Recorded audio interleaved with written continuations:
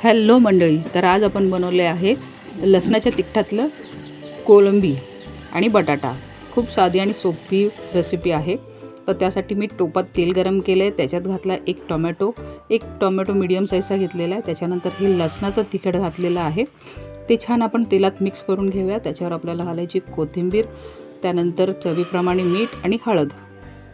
Tomato छान असा नरम होईपर्यंत आपल्याला तेलात परतायचा आहे। त्याच्यानंतर आपण एक बटाटा स्वच्छ धुवून कापून घेतलेला आहे, तो तेलात परतून झाल्यानंतर आपल्याला घालायची कोळंबी।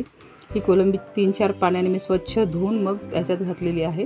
आता ही आपल्याला छान असं तेलावर परतून घ्यायची आहे। त्याच्यानंतर थोडंसं कोथिंबीर घातली वरती आणि थोडेसे फास्ट फ्लेमवर आपण कोळंबी 2 मिनटं छान अशी परतून घेणार आहोत। कोळंबी परतल्यामुळे त्याचं जे अंगचं पाणी आहे, म्हणजे कोळंबीचं ते पाणी सुटतं। ते सुटल्यानंतर त्याच्यात आपल्याला पाव किंवा पावपेक्षा कमी असं एवढं पाणी घालायचं आहे आणि पाणी घालूनंतर झाकण ठेवायचं आणि छान 5 ते 7 मिनटं कोळंबी शिजवून घेऊया।